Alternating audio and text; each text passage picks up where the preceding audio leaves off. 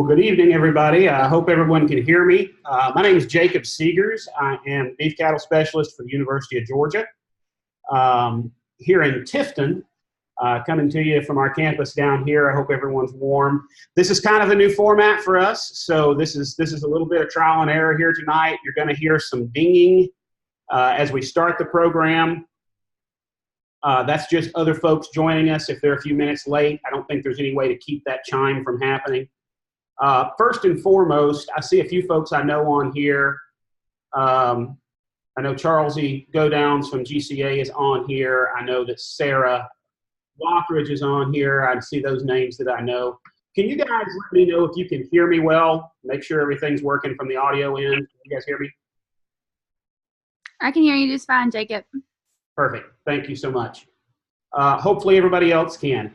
What I have done right now in terms of controls, I've muted pretty much everybody when they come into the room.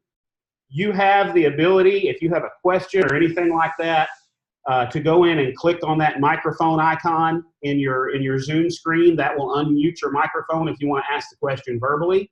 If you don't, you can use the chat feature, which is over, if you have your little control bar above your Zoom window, you click over on the More button. It's got the 3 dots above it. Click down to Chat.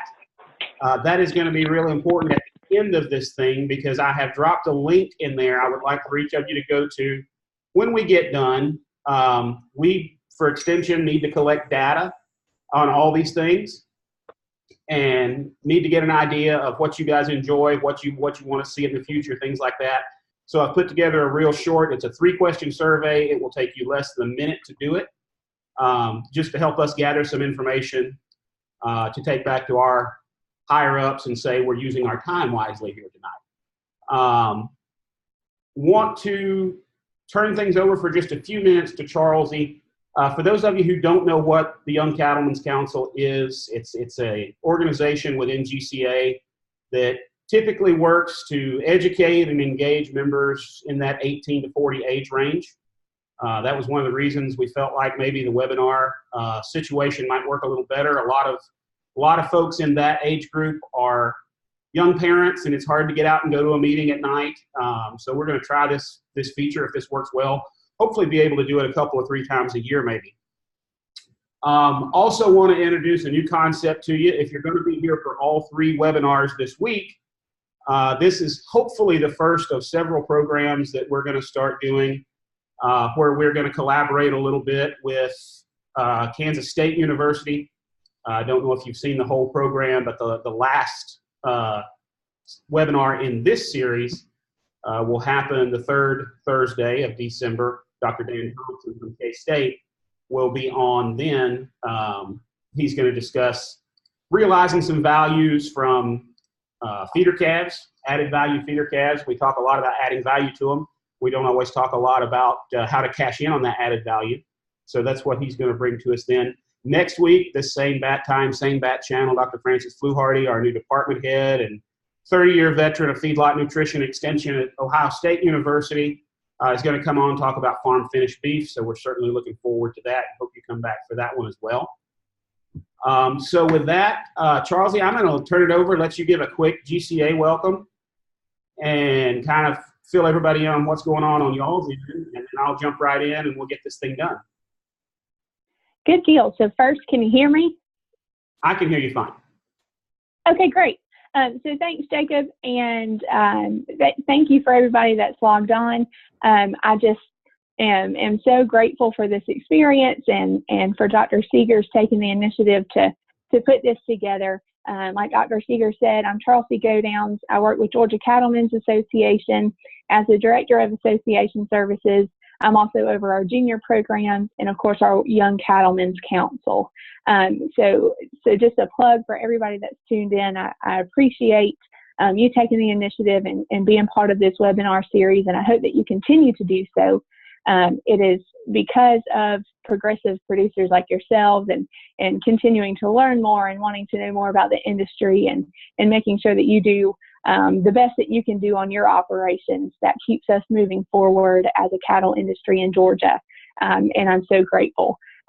we would definitely be remiss if we didn't thank Dr. Segers for all of the work that he has done to put this together for us, and all the, the insight that he took to also include the Young Cattlemen's Council and Georgia Cattlemen's Association. So we totally appreciate that.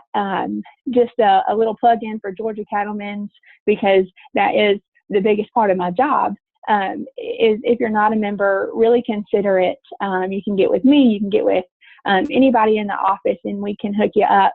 But just know that your $50 a year goes towards your magazine, but more than that, you have somebody that's working for you every day in Atlanta and Washington, D.C. to work on issues, policy and legislatively, to make sure that we can continue to do what we do as cattle producers on our operations without, oversight from entities that don't necessarily belong on the farm. So again, if I can be of any assistance to anybody, please reach out to me or anybody in the office, and we'd be glad to work with you. And again, just on behalf of the Young Cattlemen's Council and Georgia Cattlemen's Association, thank you so much, everybody, for tuning in. Awesome. Thank you, Charlesie, for that update. Hopefully everybody can hear me well. Again, if you can't, please drop a message into the chat box there, or you can unmute your microphone. It sounds like mine is coming through okay, so I should be able to hear you. What I wanted to hit on here in week 1 of our webinar series, was dealing with kind of a problem that's already at hand. The other 2 talks in the series are going to kind of focus on some more generalized topics for you to plan down the road. This is a little more pertinent to today. I'm sure most of you are aware, I've done a lot of county meetings with our agents throughout the state in the last few months, and had a lot of phone calls regarding hay quality in Georgia this year. We're not in the same situation that we saw back in the 2013, 2014 time frame, where we were looking at universally poor quality hay across the state. We are, however, in a situation where our lab in Athens is telling us that we're seeing a lot more variation this year in terms of our forage quality than we've seen in many years past. So there's some good hay out there. There's also some really poor quality hay out there. So that's kind of what I want to focus on, is how do we deal with that? As most of you can guess, the moral of the story is you're going to have to test it to know where you are. But then I want to talk a little bit about how to read and evaluate those tests that you get back,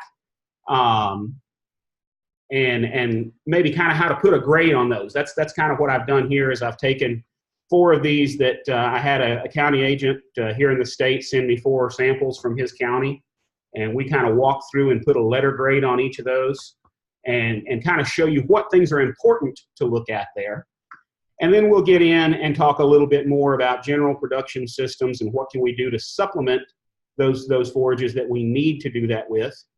And finally, we'll try to offer you a little bit of guidance in terms of some supplements that will work for you, that seem to be readily available to most of our producers here in the state. So I'm going to go ahead and flip over to my next slide here, assuming everything is going to work. And this is just kind of a lead-in discussion, but I want you to think about where a lot of our cows are in Georgia this time of year, okay? Most of our producers here in South Georgia are on a late winter, early spring type calving season.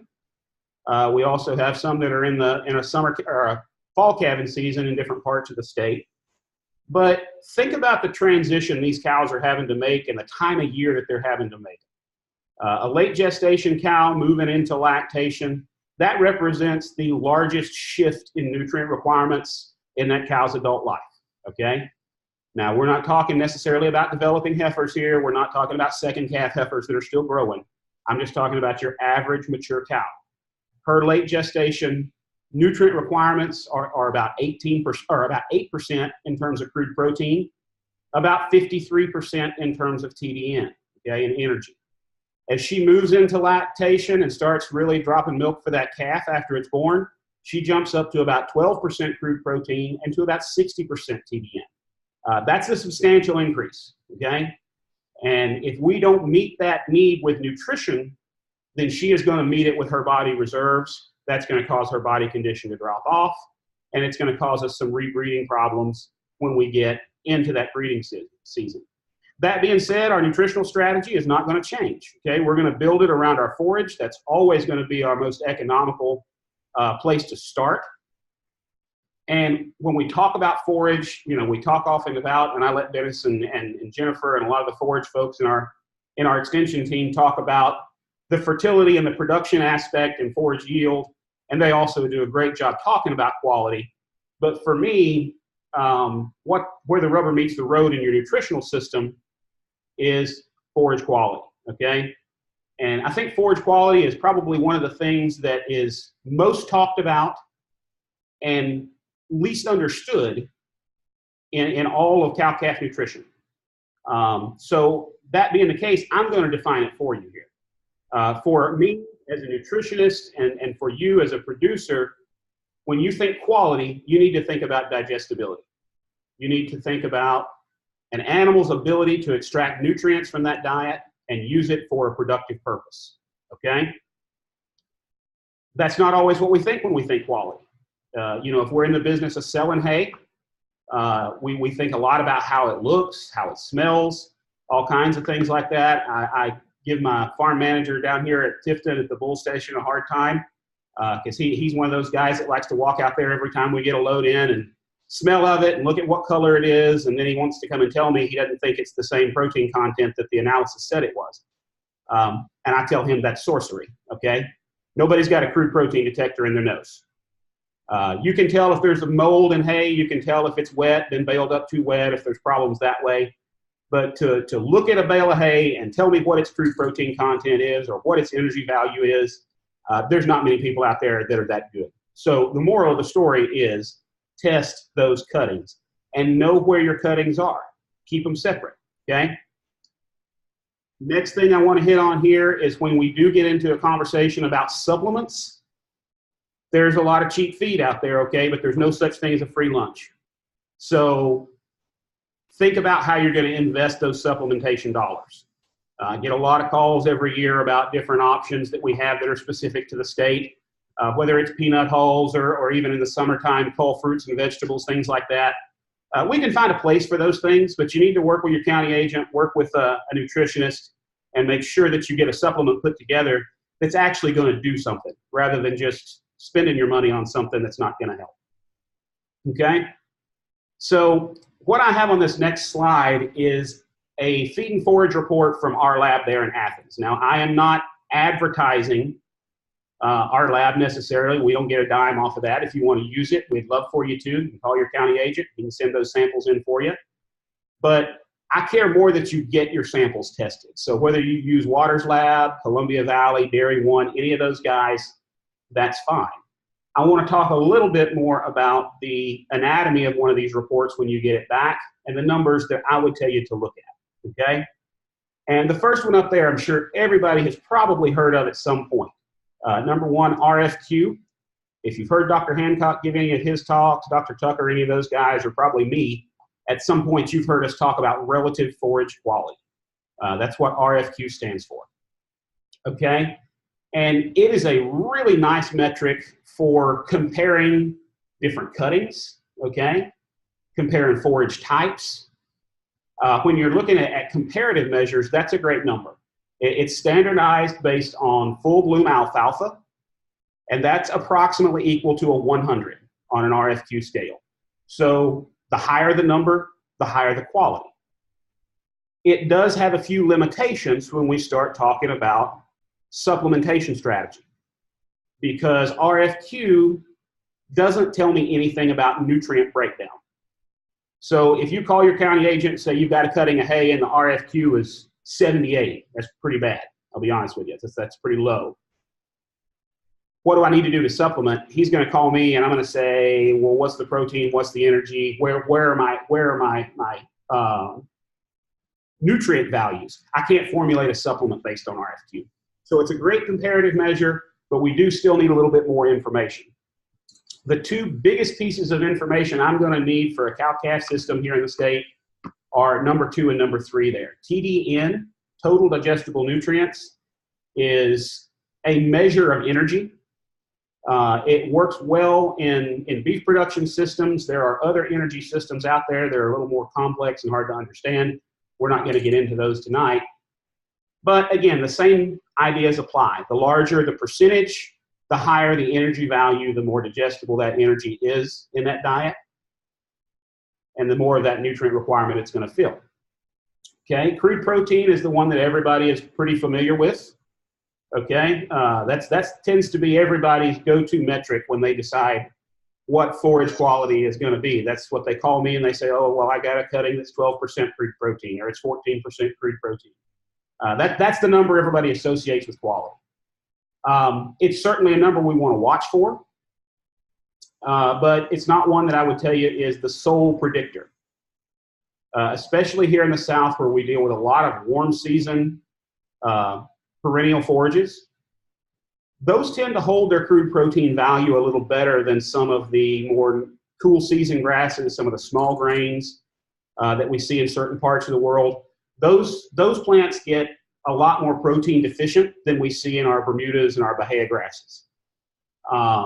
So what you'll see a lot of times in Georgia, if I get called in and asked to look at some hay samples, cattle are losing weight, it's very rarely a protein deficiency that I run across. Much, much more common to see an energy problem, an energy deficiency. That's where we tend to lose a lot of our forage value as we either get crops to mature or we have post-harvest damage to those hay crops. Number 4 there, the yellow box down on the far left-hand side, those are what I'm going to call your fiber metrics, and this may be a little more than some of you want to know, but neutral detergent fiber, acid detergent fiber, and lignin tell us about the quality of the fiber in your forage sample. Why do we care about that? Well, beef cattle, dairy cattle, anything with a rumen, essentially, can use fiber as an energy source. Okay, they can grow off of it. Now, my doctor tells me sometimes when I go that I need to eat more fiber. It is not because he wants me to gain weight. It's actually the opposite. So for monogastrics, for humans, for dogs, for cats, for pigs, we can't do that. We don't have the necessary biochemistry to break down fiber and gain weight from it. Doesn't mean it's not good for us. It keeps our colon healthy. It does a lot of things like that. But in the case of these grazing animals, ruminants specifically, those microscopic organisms in their rumen can break that fiber down. These numbers tell us a little bit about the quality of it. We're not going to get too scientific with it. All I really will tell you is that neutral detergent fiber tells you a lot about the bulkiness of a fiber. I tend to think about peanut hulls. When I think about neutral detergent fiber, they tend to have a very high neutral detergent fiber. They're bulky, tend to make a pretty good filler. Whereas acid detergent fiber tells us a little more about the quality and the digestibility of that fiber. I think more about soy hulls there. Okay, soy hulls have a very high acid detergent fiber, a relative or a lower neutral detergent fiber than what we'll see in peanut hulls. Lignin is the third number that you see there. Lignin is very much an anti-digestibility factor in forages. As plants age, the lignin content is going to increase. And lignin is there basically to reinforce that plant structure. We talk a lot about, if you've ever laid concrete slabs, lignin acts a lot like rebar. It's there to stabilize those things. And as that plant grows and needs to put more of its energy and metabolism toward forming a seed head in the reproductive phase of its life, the stem and the leaves get more and more lignified so that they're more stable. That number is one that we want to pay attention to when we're concerned that we may have harvested a crop too late, okay? And I would tell you, based on the samples that I see come out of our lab here, I don't get overly concerned until that number gets in the 6.5 up above 7 range is where I start to worry a little bit there. The fifth thing I have on this sheet for you to look at are your nitrates. Nitrates are probably not something a lot of you have seen issues with this year because we've been pretty sufficient on moisture. But in years where we do have drought during the summertime, or in some cases when your fertility plan has maybe gotten a little off schedule and you're putting too much nitrogen out or putting it out too close to the time that you're cutting hay, you can see those nitrates creep up. Nitrates can be toxic to cattle. We typically say anywhere above 4,500 to 5,000 parts per million is where we start to get concerned. I've seen them a lot higher than that in Georgia and under the right circumstances. The other thing I would tell you, if you don't test your hay for nitrates, take a look at that crude protein number, because nitrates are one of those things. The way we test for crude protein is to test for nitrogen, and then we do some math that gives us the protein number. Now, that's an old system. It's less exact than some of the other ways that we can measure protein, but it's cheap, and it works well enough to formulate diets based off of it. The drawback to that is when you have a compound like a nitrate that reads as nitrogen in that analyzer, it will falsely inflate your crude protein. So I tell folks, if you get one of those Bermuda grass samples back and it says it's 19 to 25% crude protein, you better check those nitrates, okay? Because that's pretty uncommonly high for those types of grasses. Okay, I've harped enough on that. So what I want to go through here now is look at 3 or 4 samples and kind of talk through them, and so we can decide good hay, bad hay, pretty good hay. What are we looking at in this scenario, okay? So our first sample, if I can pull it up here. If you look at this sample, this is a Bermuda grass crop, coastal Bermuda. RFQ of 140.5, okay? Crude protein is about 13.3. Total digestible nutrients are 61%. And you'll notice that I'm using the dry matter numbers here.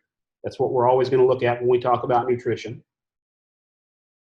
Look at my ADF, my NDF, and my lignin over there. They all look fine. Lignin's about 5%. That's great. Nitrates are about 2,900 parts per million. That's not in the danger zone where I want to be concerned about it. So what's the verdict, okay? I would tell you this is pretty good stuff, okay? I would give that one an A+. That's a great sample. There's not a cow in your herd whose nutritional needs are not going to be met or exceeded by that sample, okay? Really, really nice sample that they sent in there. Next one up, we're still in Bermuda grass here, but we've got a little lower RFQ, 132.6, still respectable, not a problem at all there. 60% TDN, that looks great. Fiber numbers look really good. Crude proteins at 18.4%. That's one of those places where I start to go, that's kind of strange. So I go back down and I look at my nitrates, and it's 7,900 parts per million. Okay, that's a little bit elevated. At that level, we're going to have to limit feed this hay at about 50% of the ration and no more. What nitrates will do if we feed too much of them to these cattle is they will displace oxygen within the bloodstream. And if that gets too extreme, those cattle will die of nitrate poisoning. If you find a bunch of cattle dead or you find one dead on your farm, you think that might be the case. If it's within a few hours and you can extract some blood from that cow, you can tell pretty quickly whether or not that's what she died from. That blood's going to look like maple syrup. Okay, it's going to turn dark brown because all the oxygen's been replaced by nitrate. Okay? So that being said, okay, we got to limit feed it a little bit, but in terms of energy content, in terms of protein content, our TDN number, that's still a usable hay sample. We've just got to be careful how we sample it. And I would have called that a B to a B+. Okay? Now notice we've switched crops here. This is not a Bermuda grass sample. This is a small grain. And I don't remember exactly what this was. I want to think maybe it was oat hay. But don't quote me on that. Now we've got an RFQ that's dropped down below 100. We're at 97.7% on that. Crude protein is at 6.5. That's really low, guys. 6.5% crude protein is very low. And that's a place where I would start to get concerned about those late gestation cows, those late lactation and peak lactation type cows. That's pretty low, okay? TDN, we're still in good shape. We're at 56.2%. for total digestible nutrients, and our nitrates are in check. So in this case, a little lower quality, still usable. I'm going to give this a C, mainly because of this protein, okay? Now, this is one of those places where we can talk about protein supplementation, and usually when I give this talk, folks have some questions about different supplements that they can buy at the feed store. There's usually a conversation about protein tubs or liquid feeds. This is a place where one of those would work pretty well, okay, when we need to supplement protein, but our energy is still adequate. So that's just a shout out to those types of feeds. Again, we're looking at a small grain crop here. So comparing that back to some of our Bermuda grasses, some of our Bahia grasses, we don't often see crude protein fall down below 7%. And if you do, you're in pretty bad way. So that's a place where those will fit. We'll talk more about those later. All right, finally, let's look here. We're back to Bermuda grass again. RFQ of 78.8, okay? Crude protein is there about 9.9%, just like I told you it would be. Even with a really low RFQ, it's still holding at almost 10% crude protein. Really low on nitrates, but look at our energy value. Okay, this was harvested either very late or suffered some damage after harvest. We're at 46.8% TDN. That's extremely, extremely low. And if you look, like we were talking about earlier, down at our lignin number, we've crept up over 7. Okay, we're about 7.5, 7.47%. That tells me that crop's got a little more mature. We're going to have to do some serious energy supplementation here, okay, to keep these cows from dropping body weight. And because of that, because of what it's going to cost me to supplement those cows, I'm going to go ahead and give that one a flunk. It's okay to flunk people once in a while. I tell my students that all the time, but they don't believe it. In any event, those are the places that I look when you guys send me one of these for an assessment. And these are the places I would recommend that you look when you get your quality samples back. I do notice some of you taking pictures and stuff of these slides. I do want to make you aware, not that you're welcome to do that, but I will post this video online. I'm recording this session. So this will be available on ugabeef.com here within the next couple of days, a full recording of it. So you're more than welcome to download it as many times as you need to. It'll be probably a YouTube link. All right, so we've talked a little bit about forage analysis and how to evaluate those. Let's talk a little bit about supplementation. And just like everything else, there's no silver bullet here that I can give you. Your production system and what you're trying to do with the cattle on your place is going to determine what kind of supplementation strategy you have to have. If you're like we are here in Tifton and you're testing out bulls like that big Charlet up there in the left-hand corner, your system's going to be different than if you're just carrying those Angus cows through, if you're feeding out the Hereford steers there in the lower left-hand corner, or God help if you've got a kid or a grandkid that's got one of those big nice show heifers in the barn. Your supplementation costs get pretty crazy in that sense, right? I'm the biggest proponent of youth livestock projects out there. You won't find anybody that thinks it's a bigger plan. Thinks it's a better thing for a kid to experience, but I will tell you, when you start putting the pencil down to the nutritional program, it'll make you sweat most days. Okay, they don't keep looking that good without proper feed. So that being said, that does kind of lead me into my next point in assessing where we are in terms of our cow herd. We've talked about looking at our forage samples and deciding if we may need supplementation. Let's talk a little bit about what the cows look like. And that goes back to body condition scoring. I can give you a whole talk on body condition scoring, so we're not going to spend a tremendous amount of time on it here. But I do want you to be aware of it. In beef cattle, the standardized scale we use runs from 1 to 9. You can see what a 1 looks like down there in our Brahman cow on the bottom left, whereas a 9 is going to be the red cow standing beside her. Neither one of these are where we want to be, okay? I don't really care if you learn what's a 1, what's a 2, what's a 3, that's nice if you're going to communicate to somebody, but frankly, what I'm more interested in is you being able to look at your cows and visually assess how much body fat's there. That's what we're trying to do with this system. We say that we want our cows to be in a 5 or better okay? I would tell you the only time that I shift on that sometimes is for those 3-year-old heifers that are starting to get bred their second time around. It gets real hard to hold them at a 5. So if you can stay at a 4, 4.5, a 5's ideal, but if you can stay at a 4, 4.5, you're probably winning the game for those second calf females. As a rule of thumb, your body condition score is going to be 75 to 80 pounds of body weight. That is got quite a margin of error with it, okay, depending on that cow's frame size and body type and all those types of things. Other thing I want to touch on here before I get to the next slide is the idea of feeding cows in gestation. I usually have somebody jump up here when I give this talk live and ask me about feeding cows that are pregnant because they're afraid they're going to increase fetal growth and they're going to have dystocia problems when those cows calve out. What if I told you you cannot force an animal to gain beyond its genetic potential?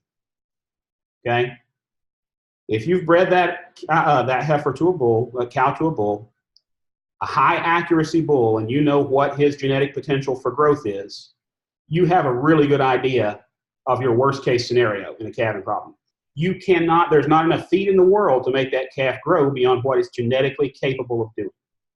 Now, that being said, if you get into the 3rd trimester of a pregnancy and you just absolutely feed the stew out of a cow, yes, you can make that fetus gain a little more weight. I will say this. If you only feed a cow for maintenance during her 3rd trimester, you're going to watch her body condition score drop. Okay? And that's just a matter of math if you think about it. So those first two trimesters in that cow's pregnancy, that calf's tissues are developing. We're having some differentiation of some different types of cells in there, but there's not a tremendous amount of growth going on. There's some, but not a lot. When we get into that last trimester, that's when we start to see fetal growth really increase. So that calf in those last 3 months is going to gain somewhere around a pound a day. So if I'm feeding this cow to maintain her body weight, and I got a calf inside of her that's gaining a pound a day, where's he getting that extra pound? It's coming from mama. So she's going to sacrifice some of her own energy reserves to make sure that calf's healthy.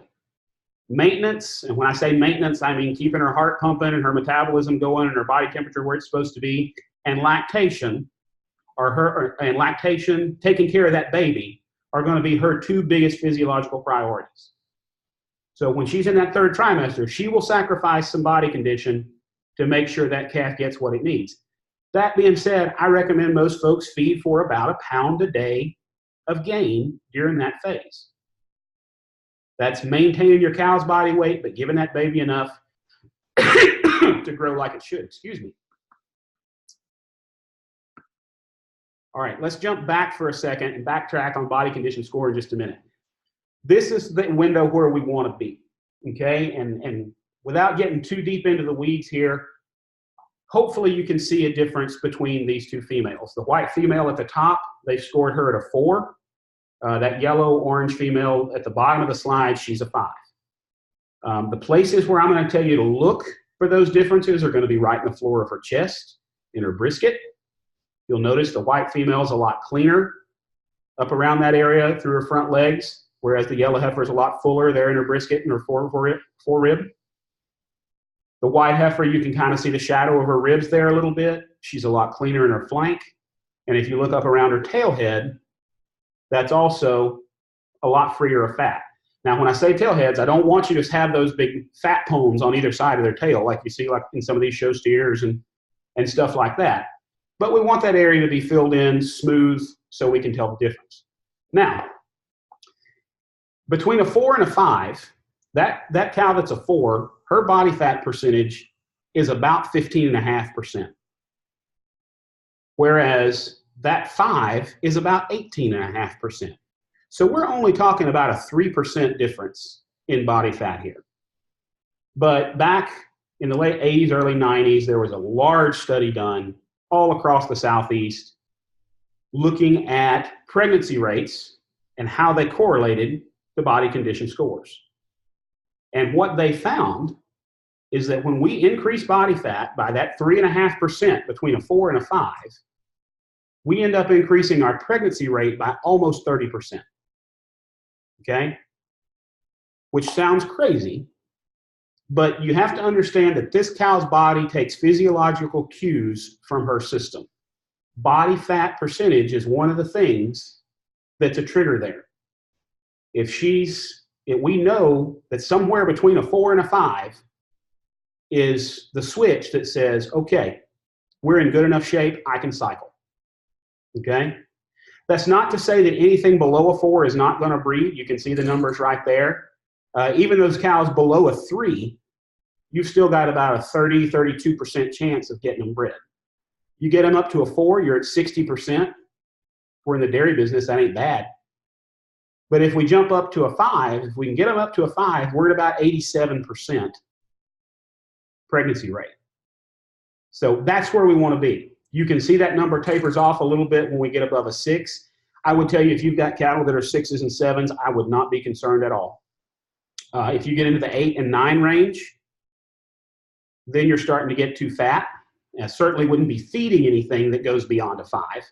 But, you know, some of those cattle are really efficient. You put them out there on pasture and they're on nothing but grass, and they'll just get greasy fat on you. Some of them don't. Typically, as cattle age, that changes with age and ability to grow.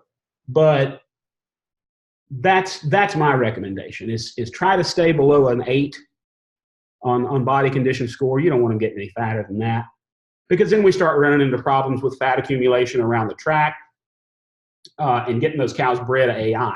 That's where you see that little bit of a dip. Still better to be on the heavy side than the light side. And unfortunately, we don't see that happen very often in production.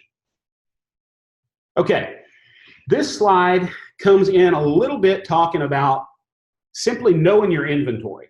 And again, before we get into what can I use to supplement cattle, let's talk about building that system around your forage base.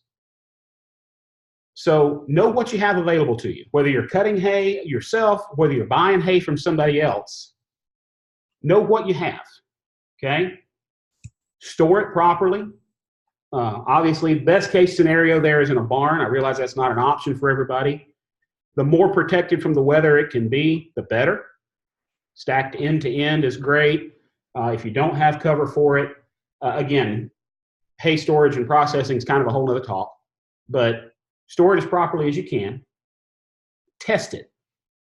And when I say test it, I mean test the cuttings if possible. Keep track of where you put those. Now, for the cow's sake and formulating the best supplement possible, your testing is as close to feeding as possible tends to be the best strategy. I realize that's not feasible for everybody. So I would tell you that if you're going to test hay closer to cutting than you are to feeding, give it 3 weeks, 18 to 21 days after you cut it, to make sure all the metabolism's gone out of it, all the moisture's down to where it's going to be. That's where you get a relatively stable reading. Now, it will change. There is no doubt about it. If you wait 4.5, 5, 6 months before you feed that, and you take another sample, you're gonna get some different results. But we're feeding cows, not building pocket watches here, so we don't have to be exact. We've got to be as close as we can possibly be.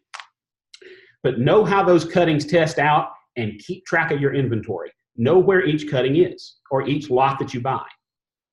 Because what can happen here, if these are my 3 hay cuttings, okay, that first one I get, you know, just as spring's coming in, and it's rocket fuel, man. It's like that first one we looked at that we gave the A+ to. It's 14% crude protein, 60% TDN.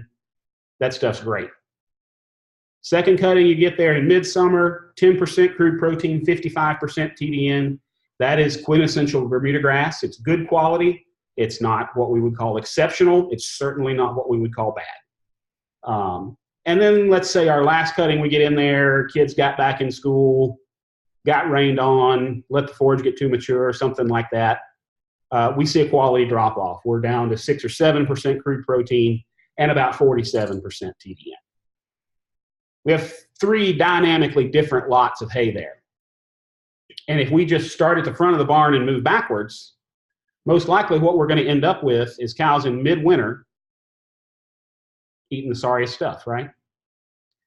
So this is where a little bit of strategizing comes in. If you have the ability to put in some temporary fencing, if you have the ability to separate cows that are in the same phase of production out, then we can start doing some mix and match here and really minimize our supplementation costs. I realize that everybody's not on a controlled calving season. That's by far the easiest way to manage cattle. But even if you're not, if you can get those dry cows separated off from your late gestation cows, and certainly get those separated from your early lactation cows where they have a really high drain on their metabolism, we can mix and match. That rocket fuel that we cut at the first of the year is going to meet the requirements of those early lactation cows. It's the good stuff. Save it for them. They need the good stuff. Same thing can be said for our middle cutting. It's average quality. That late gestation cow, okay, that's when that calf's doing that pound a day roughly of growth. She's going to need a little more nutrition than she's going to be if she's just a dry pregnant cow that hadn't reached that phase yet, but doesn't need the same level of nutrition that peak lactation cow does. And then save the sorry stuff for our dry cows, right? That second trimester, there's not a lot of fetal growth going on. She's already dried off from her lactation. Even at 6 and 47% crude protein, that will still meet her needs, okay? She's not going to get fat on it, but it has saved us some supplementation cost. So think about that going forward. And again, test. You'll hear me say that over and over and over again. Energy supplementation is what I'm going to get first. We'll get to protein here in a second. But when we talk about energy supplementation, we already said our first option needs to be our forage. This slide says to avoid high starch supplements. I'm going to tell you, it is better to feed starch to cattle on grass than to have skinny cattle, okay?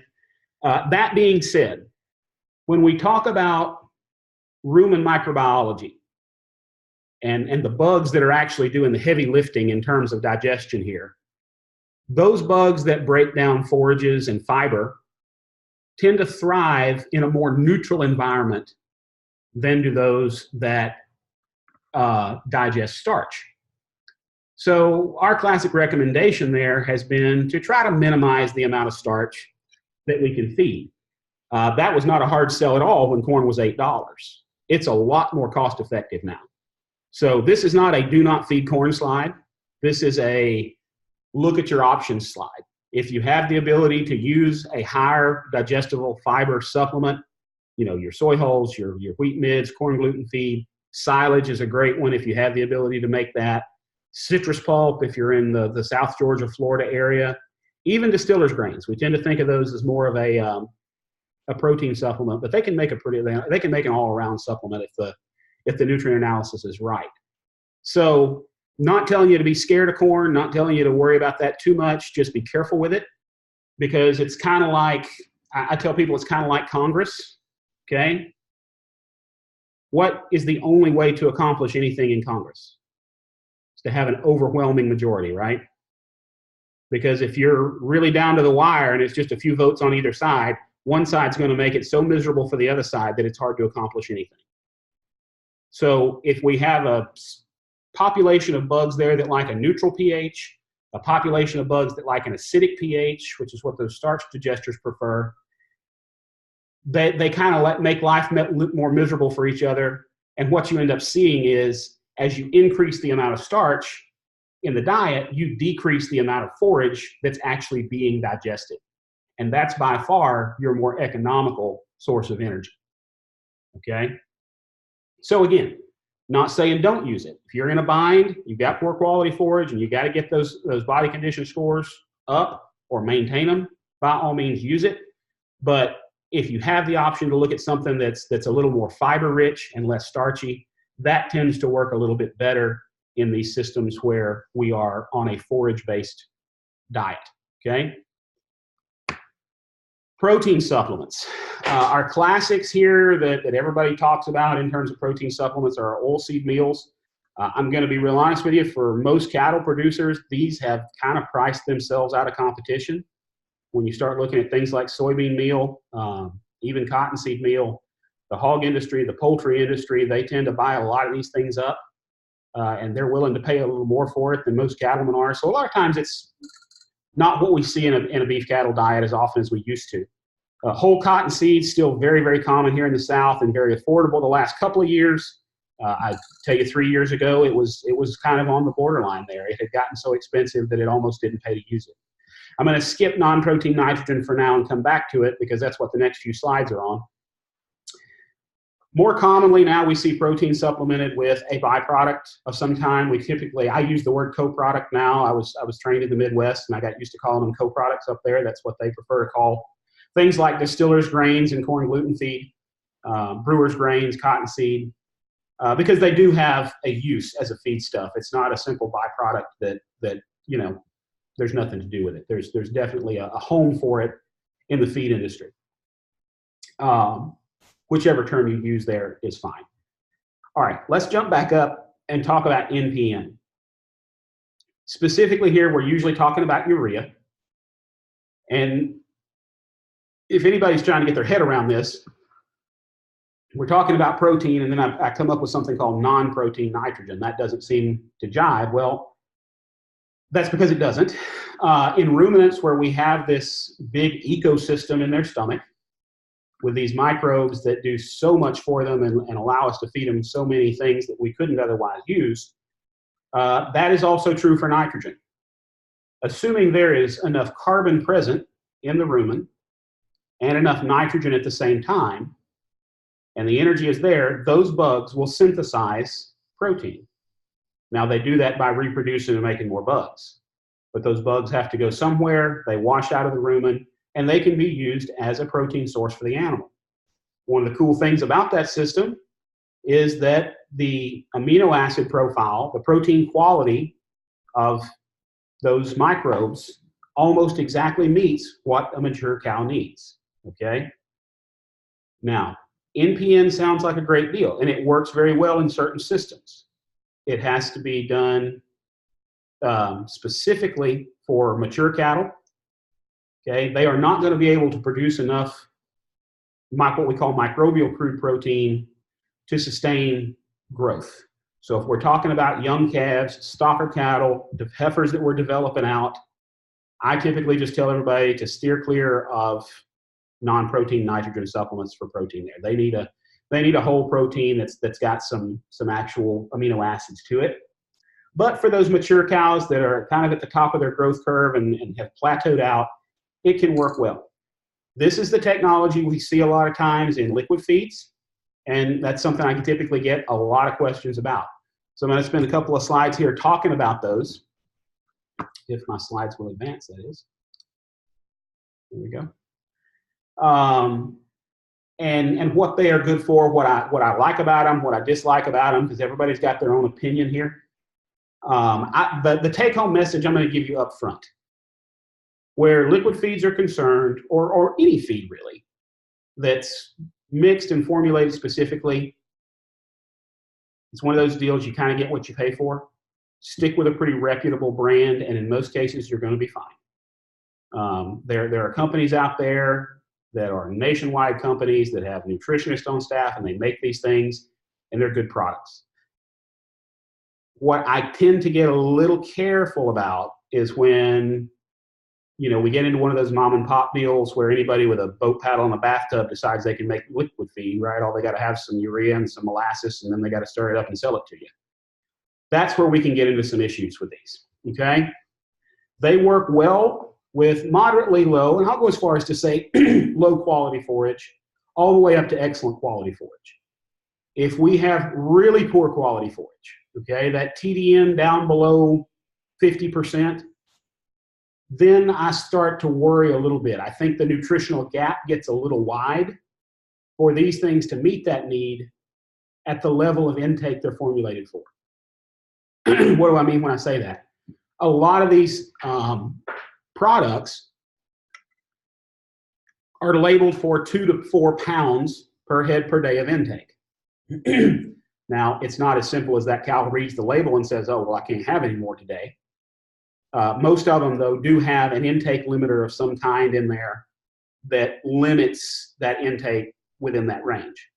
It's cow specific, just like taste is person specific, right? You have people that love broccoli and people that hate broccoli. You got cows that'll eat more liquid feed and cows that'll eat less. But when that nutritional gap is really wide and you've got really, really poor quality forage, I get concerned that their level of intake on this stuff is not sufficient to meet that, okay? I also would tell you some of these are marketed as a complete supplement with minerals included. I've listed that here as an advantage because that's how you'll find it on the label. A word of caution with that is that it's intake dependent. And I am not a guy that likes to play around with my minerals.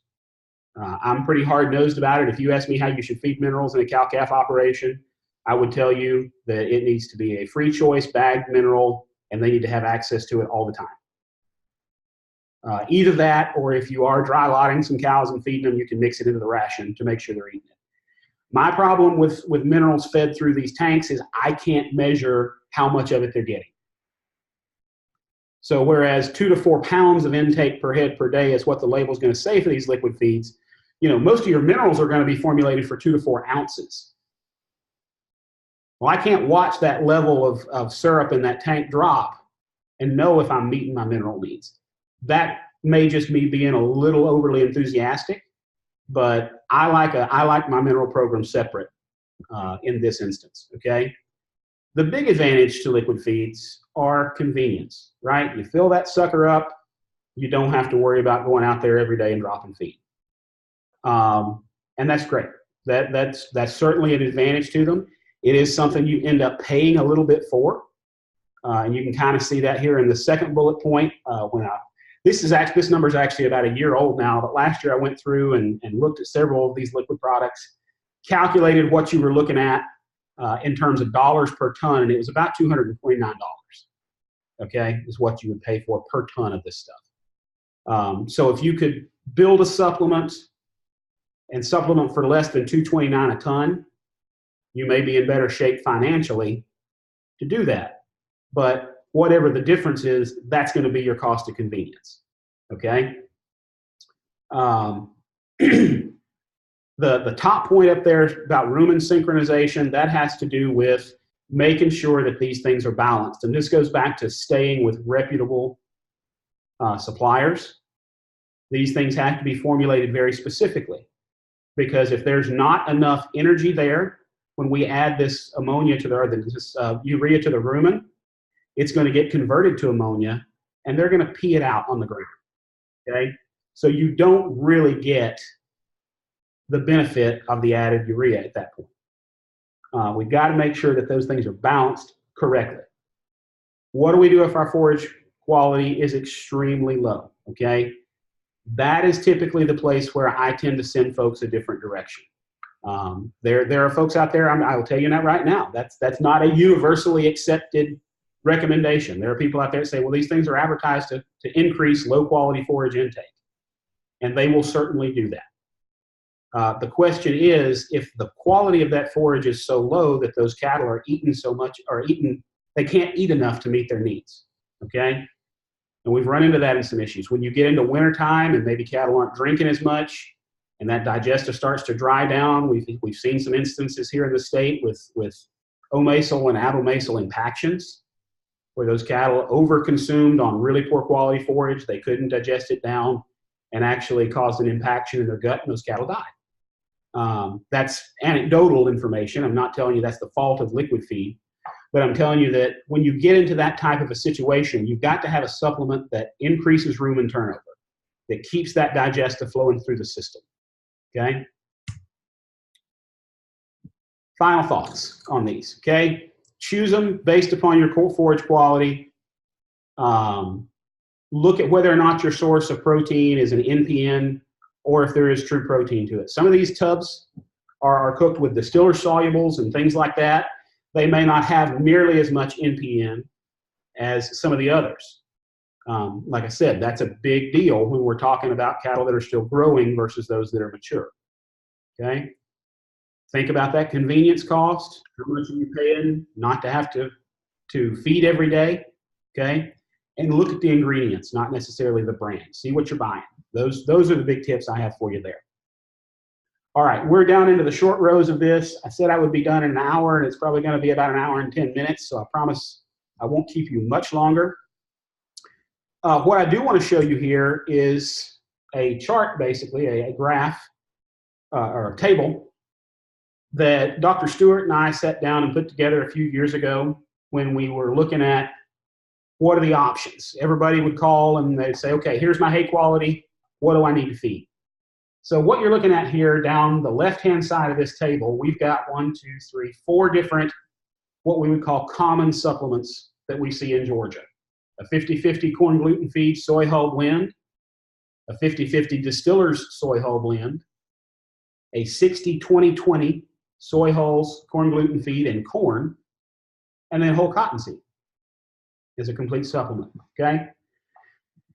And then you'll see we've broken that down between your dry pregnant cows, your peak lactation cows, and your late lactation cows, okay? Across the top, you'll find your forage quality. And again, we're feeding cows, not building pocket watches. So it doesn't have to match these numbers exactly. But when you get your forage analysis back, if you're in that 7% crude protein, 48% TDN, we're going to call that pretty poor, okay? So you're looking at the first column. Average is the middle column. A good to excellent quality forage would be the far right-hand column.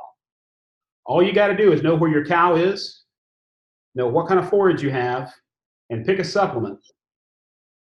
Run it over. That tells you how many pounds per head per day of that supplement that cow should be fed, okay, to meet her nutritional requirements. That's for maintenance. We're not talking about anybody gaining weight here or anything like that. You will notice, excuse me, that some of these don't have numbers there. They'll have an NA, non-applicable.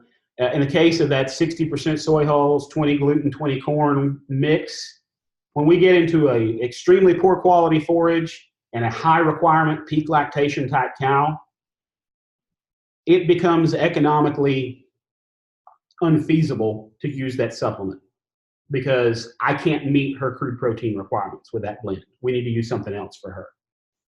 You'll see the same thing there in the peak lactation cows when we're talking about whole cottonseed. If we have really poor quality forage or average quality forage, basically what's happening there is our software is predicting a level of intake that we don't recommend. Cottonseed has a lot of fat in it, about 25% oil.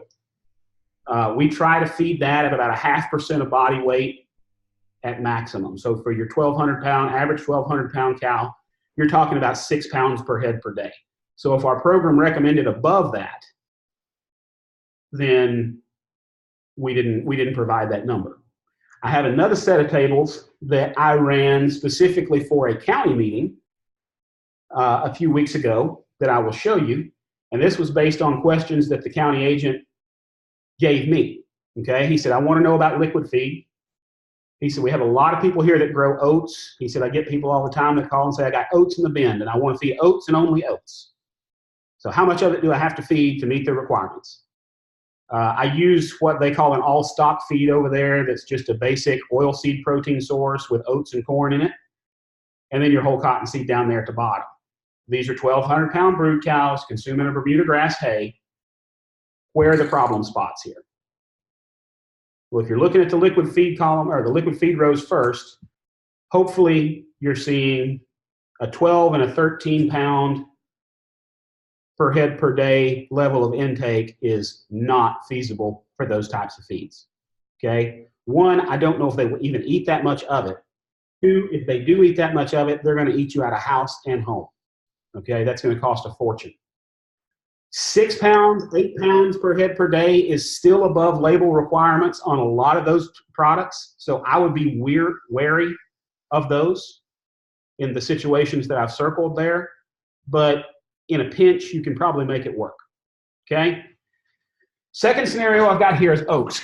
Bear in mind, this is a thought exercise, and I'm not recommending this. But in this case, this guy said, he said, all I've got is oats. I don't want to buy anything. How much of it do I have to feed to meet her needs?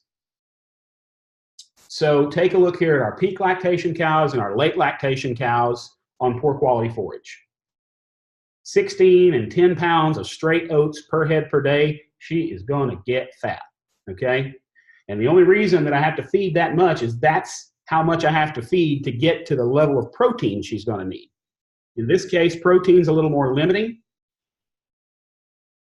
and we end up overfeeding energy. This would be a best situation where we would really want to blend those oats with something else if we wanted to make the best possible supplement. Same thing was true for our high cereal grain mix down here.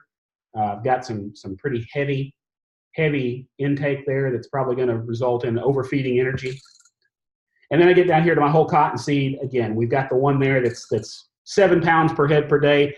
I'm not going to get heartburn over 7 pounds. If that number starts creeping up to 8, 9, 10 pounds on those 1,200 pound cows, I'm going to tell you you're probably overfeeding fat, okay? With that being said, I know that was a lot like drinking out of a fire hose, and like I said, I will have it up online for you guys to listen to the recording. I will take any questions you may have. I will also ask that you remember tomorrow, especially if you're in the North Georgia area or you don't have anything to do. Our performance tested bull sale at Calhoun will be tomorrow, starting at 12. Well, I think they're going to start selling cattle about 1:30. They have lunch ready for you about 12 if you want to go up and look at bulls. For questions, you can either click on your little microphone there and talk, or you can type into the chat box, and I'll try to answer those questions as best I can.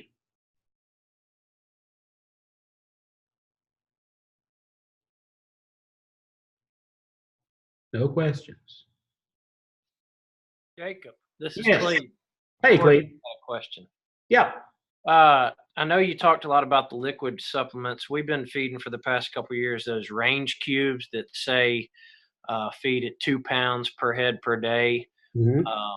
Supplement. How realistic is that, and what is that? It's like a 20% protein deal.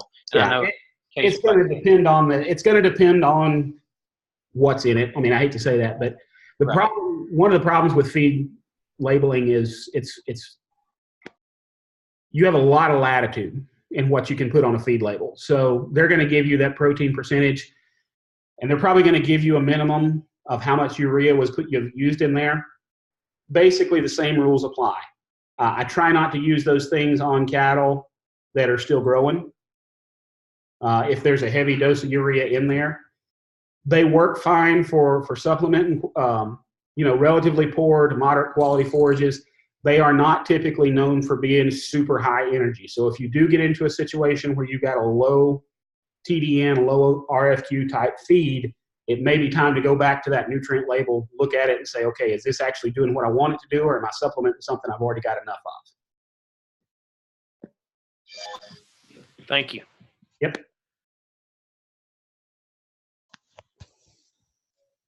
Anyone else?